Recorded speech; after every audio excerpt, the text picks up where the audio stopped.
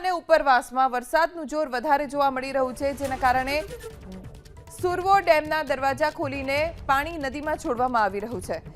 સુરવો ડેમમાં પાણીની આવક વધી વડિયાના સુરવો ડેમના 3 દરવાજા 0.30 મીટર સુધી ખોલીને પાણી છોડવામાં આવી રહ્યું છે, જેના કારણે કાંઠા વિસ્તારના અને નીચાણવાળા ગામના લોકોને એલર્ટ રહેવા માટે સૂચના આપવામાં આવી છે।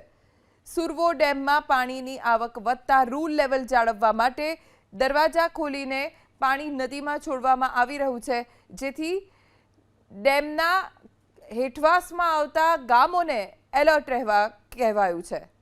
દિલ્હીમાં અને ઉપરવાસમાં વરસાદનું જોર વધારે જોવા મળી રહ્યું છે, જેના કારણે સુરવો ડેમના દરવાજા ખોલીને પાણી નદીમાં છોડવામાં આવી રહ્યું છે।